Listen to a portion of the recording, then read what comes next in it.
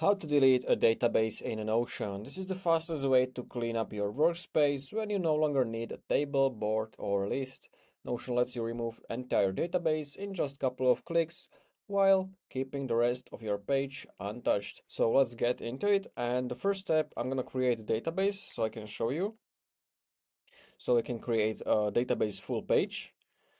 And now in order to delete this database, we have to click on this arrow to go back, and this is your like database over here. And to delete it, you just have to click on those 6 dots, then click on move to trash, and this is going to basically delete a database. You can, if you have, let's say, database inline, this is more easier to delete because you can delete it right away with this 6 dots. So you can click on move to trash and you want to confirm it.